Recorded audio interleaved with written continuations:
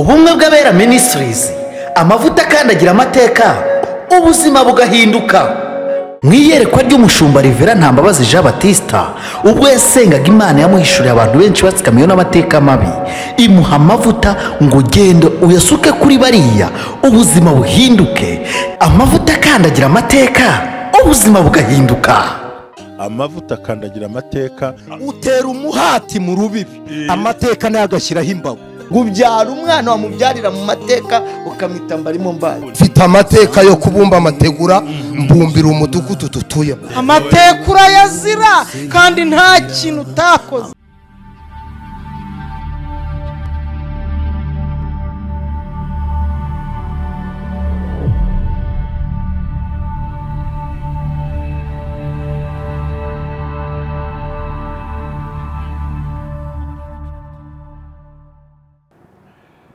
amahoro y'Imana, umugambi w'Imana n'ubwiza bw'Imana buze kumwe mudukurikira ku mwuga w'Era Ministries. Nongere mbasuhuze mwese muherereye hirya no hino ku isi, mbabwira ngo amahoro y'Imana nabane namwe muri Nshuti zacu kadasohoka cyane. Nongera kubashimira ko umuryango umwuga w'Era Ministries utangiye kugenda ugira abandi banyamuryango benshi. Nawe rero utandikisha ubikore, Imana iguhe umugisha. Tumaze kugera ku UBITERA tubirengana 400 n'ibindi, nabyo ni ibintu bikomeye. Reka mbabwire ngo data wa twese abambere hafi. Turero mu byumweru byo gusenya ibicaniro bya karande ndetse no kurundura byanye n'inzozi, aho turimo tureba hari umukozi w'Imana wambajije mu kiganiro arambwira ngo ese koko abamaze kwakira Kristo hari ibicaniro bigihari. Namubwiye ko nzamusubiza nubwo musubije nkererewe, ariko nagira ngo turebe kuki abakristo gusenya ibicaniro bya karande bibagora. Birababaza mu buzima kuba buri gihe wumva ushaka ibyo ukwiye kumva koko. Bundi ntiwagombye guharanira kumva ibyo ushaka kumva, ahubwo wagombye kumva n'ibindi utigeze wumva ukashakisha ukuri kwabyo kugira ngo ugere ku ntego nyayo yo gusobanukirwa ijambo kurindi hatabayeho gutegwa cyangwa se kudasobanukirwa. Kindi ntago abantu bose twahawe impano imwe cyangwa zihura. Umwe afite ibyo yigisha, undi afite ibyo yigisha, n'undi afite ibyo abona, ariko twese dushingiye mu gusobanura ibyanditswe byera. Hari ikiganiro mwabonye ubushize kivuga ngo umunyabwenge yubatse inzu yo ku rutare, undi ayubaka ku musenyi. Imvura yari imwe, umuyaga ari umwe, byose bihuha kimwe, ngo ariko biguye kuri iyo nzu ngo kuko kwabaye kuremereye cyane. Bivuze rero ngo buri gihe hariho ibintu tubona ntitubashe kubisobanukirwa, ariko turi muri bya byumweru byo gusenya imbaraga za karande. Ndazi ko bingiraho ingaruka, ndazi ko bimaze kubisenya bitabizi wanjye kundwanya, ariko ntacyo bintwaye. Niba kubabara kwanjye kwagutera kubaho wishimye, it's okay, ntacyo byantwara. Kandi ikinyabwira niba izina ryanjye waricuruza kunguka barivugana cyane neza, nabyo ni byiza kuri njye, ntacyo bintwara. Rero data wa twese abaho umugisha kandi abambika imbaraga mu buryo budasanzwe. Reka dusengane Imana. Turagushimiye uwera wa Isiraheli, turagushimiye Imana y'amahoro, turagushimiye Imana igibana n'ubwoko bwawe kandi gahora ukora ibitangaza. Turagushimiye Imana ijya yigaragaza ku manywa na nijoro, ukagaragara mu ruhande rwacu aho turimo tuganira ku mbaraga zo gusenya ibicaniro no gusenya ibintu byose biduhagurukira ku buzima bwacu. Ndagushimiye Kristo kubanye nanjye, ngo ukomeze ufashe muri byose, undinde kandi umbike imbaraga bwa Yesu Kristo umwami wacu, amen. Imana ibahe umugisha, Imana ibagiriye neza. Ndabasaba kugira ngo mbere ukomeze kino kiganiro turimo tuvuga, nawe ushaka ukuntu wakora ikintu kimwe kigaragara uyandikishe. Imana iguhe umugisha kandi Imana ibahembure. Murakoze cyane, data wa twese abarengere. Navuga ngo ese koko bya bicaniro bisenya ubuzima bwawe. Bundi kuba uri muri karande, kuba ufite ibintu bigukurikira, ntabwo bizakubuza kujya mu ijuru. Kujya mu ijuru ni ukwihana, kujya mu ijuru ni ugukizwa. Ibi tuvuga ni ibintu biba mu buzima bw'umuntu bikangiza ubuzima bwawe, bikangiza iterambere yawe, bigatuma ubaho mu buzima butanezerewe muri iyi si, bigatuma ubaho mu buzima butuma utabasha kugira ibyishimo. Ariko nubwo ukijijwe, nubwo uririmba, ariko hari fondasiyo. Umubyeyi mwiza gusigira umurage mwiza, umubyeyi mubi gusigira umurage mubi. Kandi inkomoko yacu naho tuva nizo ngaruka byo tuba tubayemo. kandi Kristo yadupfiriye ku musaraba. Abantu b'Imana, ntabwo Kristo yapfiriye amafaranga, ntabwo yapfiriye imyenda, ntiyapfiriye ngo tubone n'ubukwe. No, ibya kera byashize byari ibyaha. Aho ugomba gusenya ibicaniro, kandi ibicaniro tuvuga nizo za nkomoko, kuko nawe utazanzura. Nose niba uvuga ko ari uko Kristo yadupfiriye ku musaraba ngo tubone ubugingo ndetse bwinshi, no bugingo vie éternelle, no bugingo. Ariko ibi byo turimo none, niba koko byararangiye kutonda mu kazi, ujya mu kazi kuki ukora ibyo ukwiye gukora, niba byararangiye umutezo kuki nkora ibi ngibi kandi byararangiye Kristo yarampfiriye. No, menya ngo hari ibicaniro, menya impamvu z'ubukene, menya impamvu z'uburwayi buhoraho, menya impamvu za divorce zihoraho, menya impamvu z'agahinda uhorana, menya impamvu z'ibibazo uhorana. Menya huza n'inzozi urota uvuga uti koko ndakurikiwe, nkeneye mwuka wihishurirwa, nkeneye kumenya. Imana ibaho umugisha mu izina rya Yesu. Rero navuga ngo ndashaka ko tuhera ku ijambo ry'Imana, cyo bita kubura kwihana k'umuntu. Buriya mu bintu bya mbere bituma ibicaniro bitapfa kuvaho uko wiboneye. Ariyo mpamvu benshi bajya kuraguza, abandi bagakora imihango itariyo, abandi bakagura amasengesho ntagurwa. N'iki ni ukutihana guhoraho, kumva muramba kwihana. Ni ukuvuga ngo mu bukristo bwacu, iyo hatariho kwihana kwiza, iyo hatariho kwihana gusobanutse, nibwo uzasanga rimwe na rimwe tugera ku bintu bitari ngombwa. Ndikakubwira, ndashaka kumvira ijambo. Umwe muri twebwe cyangwa abantu bose, iyo utagize kwihana kuzuye muri wowe, bituma isezerano ryawe n'Imana risa nk'irihagarara, ndetse rimwe na rimwe ugasanga bya byaha na ya mico mibi bigiye guhisha aho ibyiza byawe, bigatuma muri wowe utabasha kubona deliverance yuzuye, bityo ugahorana akababaro, ingorane mu buzima, none ukanyeganyezwa, ugacundwa mu bibazo, kugira ngo utabasha kugera ku rugero rwiza rukwiye kwihana. Icyambere ugiye kureba, Paulo yarageze mu itorero rimwe, aho dusoma ibice 19 duhereye ku murongo, nibwo ubonye umwanya hari ku murongo wa 11.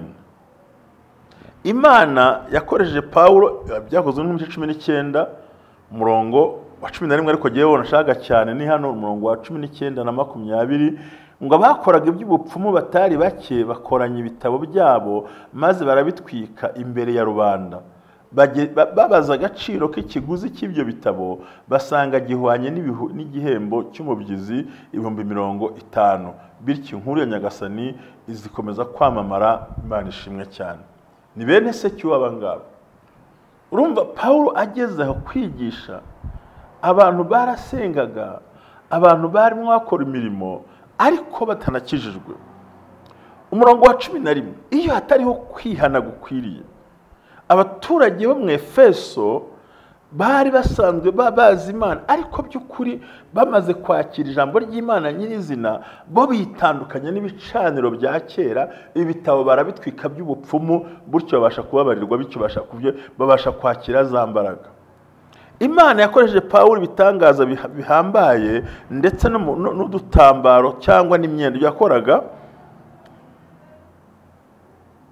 abikora muri icyo gihugu cyabo. Hari abayuda bamwe bari bafite akamenyero ko kugenda igihugu bamenesha ingabo za Satani mu bantu, nabo bagerageza kuzimenesha bakoresheje izina rya Yesu. Buri wese akazibwira ati, mu izina rya Yesu uwo Paulo agenda atangaza, mbategetse muri uwo murwayi. Abagenzaga batyo ni abahungu 7 b'umuryango wa Sekiwa, wari umutambyi mukuru w'abayuda. Nyamara ingabo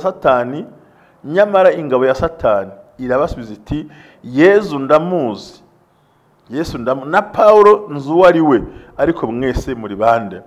Nuko uwo muntu wari uzuye abadayimoni arabasimbukira, abarusha amaboko bose, arabanesha, arabahondagura, kugeza ubwo baturumbutse mu nzu barahunga, batumburuje kandi bavirirana, baragiye bambaye ubusa. Abayuda n'abatari abayuda bari batuye Efeso babibonye bashya ubwoba bose, maze Yesu arongera. Nuko arogera nuko benshi muri bo bamaze kwemera Yesu Kristo baraza barerura bemerera ku mugaragaro ibyaha bakoze, abakoraga iby'ubupfumu batari bake bakoranya bya bitabo gusobanuriraga. Urumva hariho bene secyuwa cyangwa se birukanaga abadayimoni ariko batavuga Yesu, batamuzi, ngo bari inzererezi. Ibi rero ntibigutangaze ko umuntu yavuga ngo arukana abadayimoni ko atazi Imana, ngo abadayimoni barabafasha bati ko Yesu tumuzi na Paulo mwe muravaye, ngo nuko umufasha n'abadayimoni ngarabakubita basohoka bambaye ubusa barirukanga. Bivuze rero ngo hayo tuvuga ahantu urumva ko nabo bakorera Imana ko batarakorwa deliverance, ngo basohora ibitabo byabo by'ubupfumu, basohora ibitabo by'ubupfumu byinshi bari bafite. Urumva basengaga abadayimoni ariko bafite ibitabo by'ubupfumu. Uwo mwanya ngo Paulo hagize maze kubabwiza ngo nibwo basohora ibitabo by'ubupfumu, basohora imyuga bakoraga, ngo barabitwika byose, ngo basanga bifite agaciro ko 50 by'icyo gihe, ariko byari byinshi. Nuvuga ngo hari abigisha benshi, barakoraga ibitangaza, ariko hari n'abapfumu, hari n'abaraguzaga, hari n'abakoraga ibintu bikomeye, hari n'abakoreshaga umutwe, abandi ngo baraza barabitwika byose, ngo maze kubitwika nibwo Imana. Abandi bakoresha amavu, abandi bakoresha gutamba abana, ariko bagasanga byose barikora mu izina ry'Uwiteka, ariko stile bagifite cya kibazo, harimo ikintu giteye ubwoba. So no kuvuga ngo bamaze rero gutwika bazana bya bitabo. Rero bisobanura iki natwe? Iyo tumaze kwakira Kristo nibyo turihana, ariko hari imihango twakoze. Ni icyaha wakoze ariko indasago ntizakuvuyeho. Uyu munsi reba ukuntu bayeho nabi, none ugasanga n'ubuzima ufiteho kandi uri umukristo buri inyuma y'umuntu utanasenga, ahubwo yirirwa mu kabari ndetse usinda usambana, ugasanga ubuzima afite ntaho buhurirwa. Kandi wowe urasenga kandi wakeneye kubona aho ntabwo uhumva. Ashobora kuba adakijijwe ariko nta gicaniro kiba afite cya se yamusigiye. Ubutunzi burahari, amafaranga arahari, ubuzima burahari, ntabwo batandukana, nta divorce. Ariko abarokore gutandukana wagira ngo ni nk'agacupa k'amazi umuntu agotomera afite inyota. Rero kubohoka kwa mbere ni ukuza n'ibitabo by'abapfumu wakoreshaga, za ndagu wagiyemo, bwa bupfumu wagiyemo, hangwa gucinda sago. Hari abasambanira mu bapfumu, hari abanywa inzoga zo mu bapfumu, hari abantu bagwinishije amazi atariyo, hari ibyo wakoze, hari imihango wavuze, hari amagambo wivuze, hari ababyeyi bakuvuzeyo. Ayo rero niyo buri gihe atuma ugomba kubaho uri shaken, ibintu bikuzunguza, kubera ko utabashije gusobanukirwa icyiza ukwiye gukora, bityo birakugora. Data wa twese akugiriye neza. Rero uyu munsi usanga kwihana mu matorero menshi bidakunda, baririmbira, baribyinira gusa nta kibazo, barabohotse. Ariko hagera umwanya wo kugira ngo abantu bakore ivugabutumwa ryo kwihana, ivugabutumwa ryo guhindukira no kureka ubupfumu, wajya kurivuga ugasanga abantu barabyanze. Kandi iryo shitani ntabishaka mu nsengero, ashaka ko tubyina, tugahimbaza, tukavuga, tukagira gute. Ariko kugira ngo dukore ku kintu cyo kwihana no guhindukira, ntabikeneye, kuko azi neza ko mu kwihana no guhindukira niho tuza kumena amabanga kandi tunayamena, ni naho tuza kugira wa mugisha. So rero abuze ibyo bintu, muzacunge mu nsengero nyinshi. Uyu munsi ijambo kwihana ntirigihari, ijambo ry'Imana bivuga no kwihana ntibigihari. Oya, shaka tubwitangazamakuru, ubukire Imana irabizanye, Imana irabishaka, naho Satani ashaka kudusinziriza. Ariko ryavuga butumwa risenya icyaha, ntago abantu bakeneye ko turivuga. Kandi fondasiyo ya deliverance buri gihe ishingira mu kureka icyaha, noneho no kureka imihango y'ibyaha wakoraga, no kureka imihango wabagamo. Ibyo bigatuma ubasha kunesha urugamba, ubasha gugatsinda, kuko muri wowe harimo za mbaraga z'Imana zinesha icyaha, zikubita icyaha, kandi ugasanga ko umaze gusobanuka. Rero ni byiza ko wibaza, sinakuyemo inda, sinarahemutse, nataye umwana, sinasambanye bingana iki, ese nakoze bingana iki, ese wa muvumo nizana umeze gute? Kristo agukora umuvumo w'ibyaha, ariko umuvumo w'ubutunzi bwawe niwe nyirawo kubuhindukira ukabamenya. So muze kucungira, muzandebere aho iwanyu muherereye muri za Amerika, aho muherereye muri za mu Bufaransa n'Iburayi hose muherereye, abaherereye muri Afrika y'Epfo, muri za Mozambique, n'abaherereye mu Rwanda mu ndebere. Ivuga butumwa ryihanisha uyu munsi ririmo riravugwa nande, ririmo riravugirwa hehe? Ntago riri kwemerwa. Ibihari gusa ni cakira, ni fata, ni yora, ndaguhobera, ndakuminiye, ndakuzamuye, ndaguhaye. Ni ivugabutumwa usanga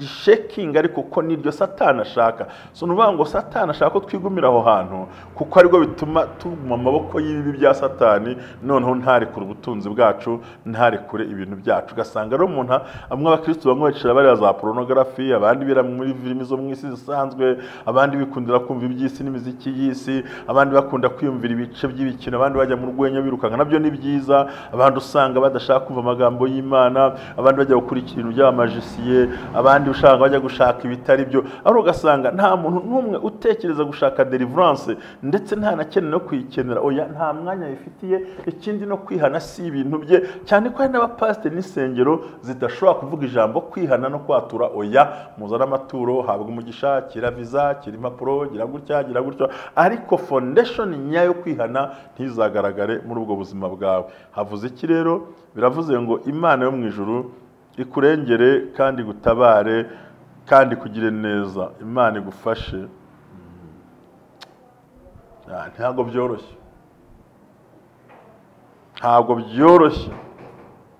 byoroshye, nta nubwo bizanoroha, kuko ijambo kwihana ryamaze kuba ingumi. So rero uzasanga ibyo bintu ntabwo nakeneye kwihana, ahubwo mu by'ukuri ni hahandi usanga kuzuza inshingano zo guhindukira no kwihana zanga. Ugasanga abantu bagiye ko bakurikiranwa n'abadayimoni bari inyuma, abantu babaye posede, abandi bahuye n'ikibazo. Ugasanga umwuka wa discernment, ihishurirwa no kumeneka no kwegera Imana ntibishoboka. Kubera iki? Habaye ikintu gikomeye giteye gute? Habaye ikintu cy'imbaraga giteye gute?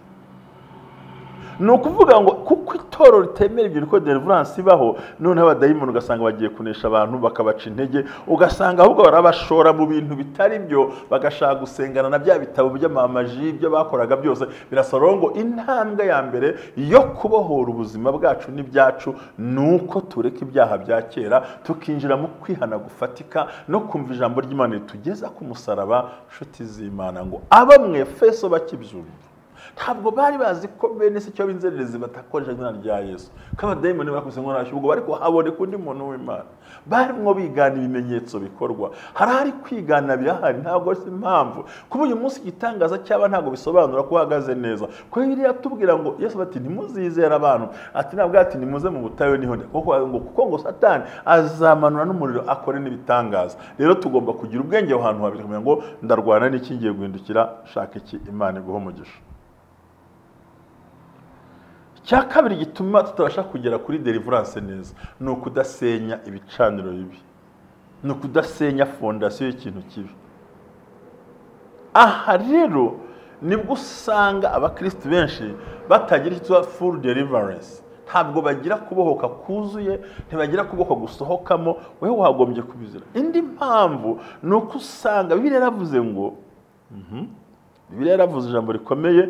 Iyo usomye Zaburi 13 umurongo wa 3, 11, hari ahantu bakwereka iryo jambo. Tugomba gusenya ifatiro zikavaho. The foundation is destroyed. What can do the righteousness? Ni iki twakora ifatiro zisenya? Birasaba rero ko tugomba kubanza gusenya imfatiro mbi ku buzima bwawe.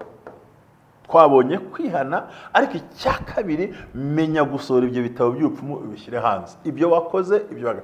Impamvu abantu batinya kwatura ngo bavuge batanga ubuhamya, nuko bazi ko basura muri cya cyaha. Aha rero urufatiro rwose rubi ni impamvu ndetse n'imbaraga zirwanya hazaza, zishingiye aho twavutse, zishingiye uko twabayeho, zishingiye mu buzima twaciyemo, zishingiye ku batubyaye, zishingiye ku bo dukomoka, abana bo bakomokaho, mu gisekuru n'ikindi, mu binyejana bihaye ibindi. Ugasanga buri gihe umwanzi yaradominye mu gushyingura imihango ipfuye y'abantu, ubucakara, kugurishwa. Gusanga umuntu afite kwizera kutariho, kwizera guhishwe, imbaraga zihishwe, iterambere ridahari, abantu basenga ibishushanyo, abandi bajya kuraguza, abandi baterekera, abandi bafata ibintu bitasanzwe, none ugasanga ibyo byose ni ibintu byikusanije biragenda biraceceka, ariko ni ibicaniro bitavuga, ni imbaraga zitavuga ariko zirwanya wowe.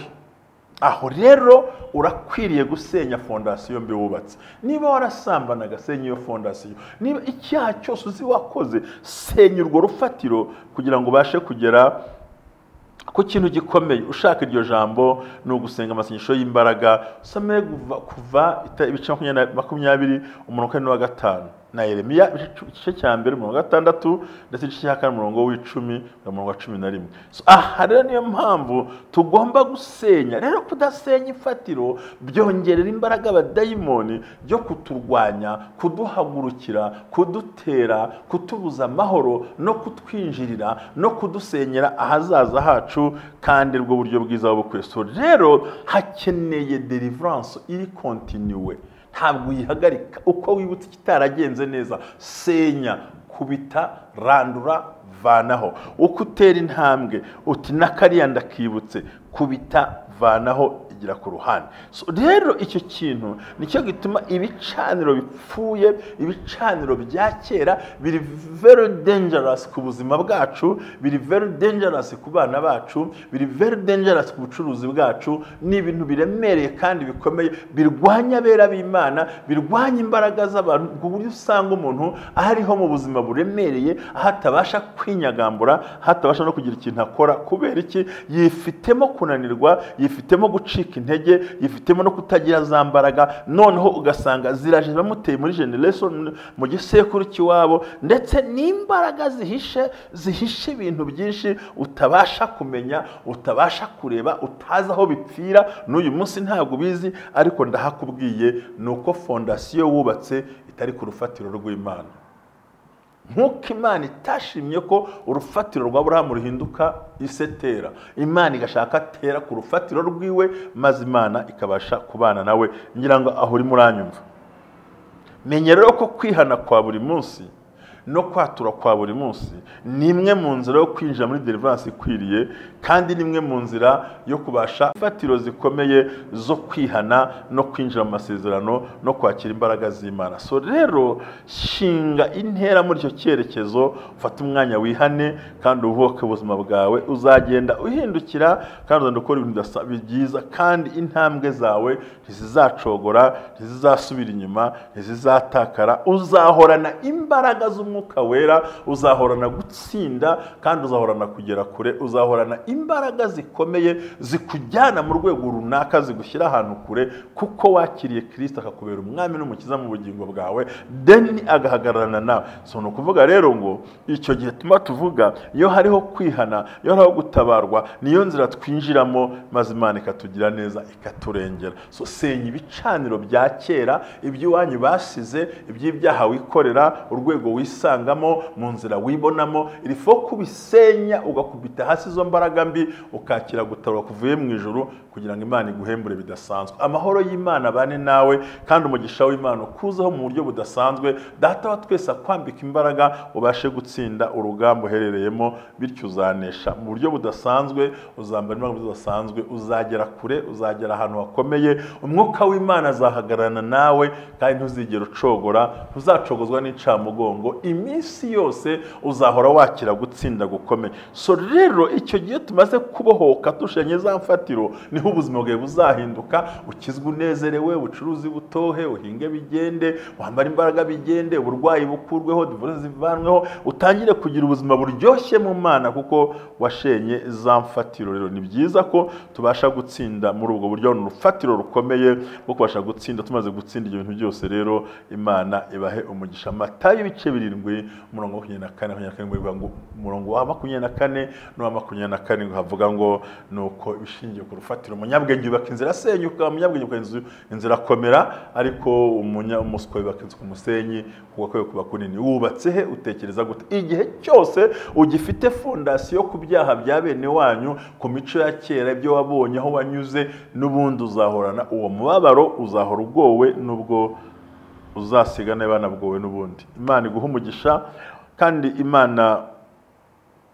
ikugiriye neza. Ikindi kibuza abantu kugira deliverance, kubohora ibintu byabo mu rwego rwo hejuru, ni buno buzima bwo mu isi turimo. Twahita ngo ni lifestyle yo mu this world, ubuzima bw'isi. Nayo n'indi mbaraga yindi ihisha hazaza hawe, ihishe deliverance yawe, kandi wagombye kuyisobanuka. Musanga abantu n'ubuzima bwo kunezerwa, kumva batembera, ntibakeneye deliverance, gutakaza igihe cyabo, abandi gusoma birasi ibintu byabo, kuganira ibintu byabo, ntibashaka no kwigana Kristo, aho umuntu ambuza ari muri ibyo ntabyo. Ariko Paulo Yohana yandika mu bice bine, ni James cyangwa se ni Yakobo, yandika mu bice bine umurongo wa 4 avuga ngo mwigane Imana nk'abana bakundwa. Twigane Imana nk'abana bakundwa. Ariko ntabwo biri bukunde ubuzima turimo, abantu modoka meza narakenewe, abantu kumva bicariye aho ngaho, abantu ko ntacyo babwiye, gusenga si ibyabo, ayabe nifite byose. Ngira ngo mu bihugu mutuye murabizi batireka nta Mana inahari, ahubwo mukore abanyafrika musenga kubera ko mukennye. Bati bari bavuga byinshi ukabyumva, ariko twiyatwe ngo twigane Imana nk'abana bakundwa, twimitinyaga dukorera Imana, twigane imikorere Imana, twigane imigambi Imana, twigane uburyo gukorera Imana. Reka kwitwara mu utari bwo ahubwo wigane nk'umuntu ukunda Imana, bizagufasha. Kuko bitabaye gutyo, iyo utaganye Imana nk'umwana ukundwa, automatique ruhindura umwanzi w'Imana, ugasanga birakugoye. Rero kandi bimeze bityo, nta nubwo ushobora kugira icyo ugeraho, nta nubwo Imana yagufasha. Ngo ntabwo wabona umusaza uvuye ku Mana, kandi wabona n'imbaraga zivuye ku Mana, ahubwo wasanga buryo ucika intege. Ndagira ngo utekereze muri lifestyle urimo uyu munsi wa none, ubuzima ubayemo, urimo ucengeramo, urimo ugendamo, ni ibiki utekereza, urimo urakora ute, ugambiriye iki, uri hehe, umeze gute? So iyo lifestyle urimo ugenda umese nkwawe ni ikintu byiza ro ku mukristo mu buryo bworoshye, the simple cyangwa the very simple analysis. Abakristo benshi muri isi dutuyemo ntabwo rwose ibintu byo gusenga no kubohoka ntabwo babishaka. Barashaka kwiririmbira, kubyina, gusenga, guterana, kanaka niwe ushumbye ndi muri ritoro, ariko ntibarebe kwihana kwinjira gushaka Imana no guhindukira. Bituma umuntu ahinduka attitude yiwe, maze yamara kwihana hakaba ari Imana ikora, uburakari bw'Imana bukakuvaho, Satani akorwa n'isoni kuko utakira umukozi. Ariko abashaka ko tuguma tutihana, ko tubasha guhindukira, tukivanga muri ubuzima bw'ubuzima ngo ni ukuryoshya, abantu bakaryoshya, bakazanashira abana n'uburyohe. Ni ikintu kitoroshye, uzaryoshya jusqu'à quand? Uzacha kugeza ryari? So ni byiza no kubinjira mu kwihana no guhindukira no kwakira imbaraga z'Imana zisenya ibyo bintu byose, no kugira ngo bashe kwagresa Satani akuveho, kuko umuntu wese maze gukizwa burya atera ubwoba Satani cyane. So vero ngo rero abantu ba Kristo benshi cyane usanga bashaka kwigira mu mijyi, mu mayira, kwitemberera, gutinda ku WhatsApp, gutinda ahantu hose, kwivugira utuntu, kugaragara neza, gusa neza, kubyina neza, kuvuga neza, ndetse mu buryo bugaragara. Abandi bagaterura ibyuma, nabyo ni byiza, abandi bakisiga, nabyo ni byiza muri isi. Ariko please menya ngo nubatse kuri rufatiro Satani ameyotse. So ni byiza ko tugomba kujya muri opposition za kampi za shitani, tukajya ku ruhande wo kumurwanya, tumurwanisha iki? Gusenga, kwihana, gusenya ibicaniro no kureka ibyaha bya data bajyaga bakora. Niyo nzira yonyine yagufasha gusohoka byo no kubusohotse neza, kandi ugatabarwa kugira ngo Satani atagukoresha mu nzira ye ngakubuze kwakira kubohoka kuzuye no kwinjira mu buryo bukwiriye. Ndakugira inama kuko kwirinda kandi ugasenga Imana, Imana ikabana nawe. Ibi bintu ndashaka ngo ubyumve, kandi numara kubyumva Imana iguhe umugisha, ikugire neza. Urakwiye kubohoka, uko wamera kose, uko wabivuga kose, ukeneye kubohoka. Iyo ni impamvu nyamukuru ikubuza ko wabohoka mu buryo bukwiriye. Birasaba rero kugira imbaraga, kuko Imana yaturemye itugenera umugisha. Imana yaturemye iduha amahirwe yo kubaho. Imana yaturemye igambiriye kugira ngo tugere ku gikwiriye. Nashaka kwereka ibyo bintu bikomeye kugira ngo umutima wawe wongere uhindukire uko cyumwe ministries. Ndabizi neza ko iri ni ijambo ry'Imana. Ntabwo ubwa ngo turatwika, nta tuzavuga ngo icyo dushaka ni kimwe, nuko umutima wawe nyirizina wegera Imana, mwishyira Imana nk'abana bakundwa.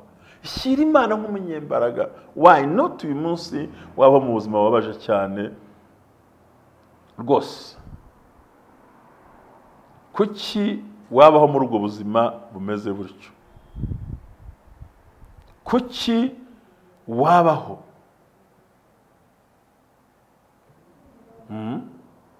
Reka uno muntu umuhe nimero asabye mu munota umwe, kandi nimero ziba zanditse mu kiganiro rwose.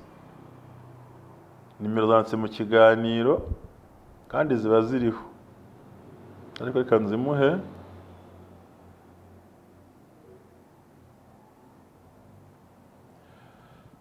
Ni ukuvuga ngo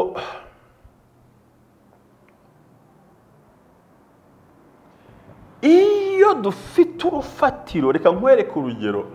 Ikintu cya mbere bitera ikimwaro, hari aho utinya no kuvuga papa namuga kandi imvariya abandi bati umwana ameze gutya nibi ngibi yakuyemo inda yarashatse biranga. Tugomba gusenya izo mfatiro tukazirandura, tukabona guhabwa umugisha n'Imana. So rero Imana ibagiriye neza, Imana ibahembura. Jya umenya ko ari we nyiri ingaruka na nyiri ibibazo. Jya umenya ko ukwiye gufata intambwe ukigira imbere ukanezerwa.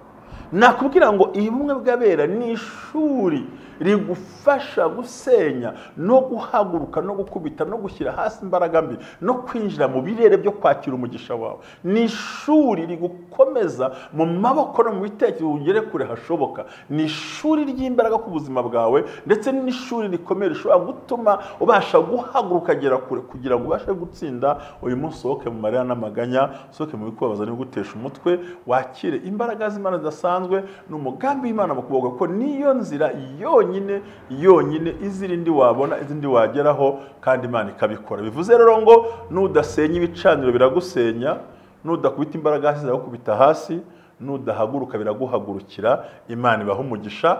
Turi muri cya cyumweru cyo gusenya imfatiro mbi zose. Uhamagare kumwe bw'abera ministries. Gusa nongere mbisabire, nimero ziba ziri munsi y'ikiganiro, kongera kuzinsaba naziguhaye, mujye musobanukirwa murebe, biba byanditseho. Imana ibaha umugisha. Murakoze, muhabwe umugisha n'Imana. Bifurije gutsindishirizwa, kwinjira hera, kandi umenye gusa ngo karande n'imivumo ntibyakubuza kujya mu ijoro kuzaho mu buzima bugoye n'amarira agahinda kenshi. Muhabwe umugisha n'Imana bwa Yesu Kristo umwami wacu. Amen. Shalom. Ubumwe bw'abera ministries, amavuta akandagira amateka, ubuzima bugahinduka.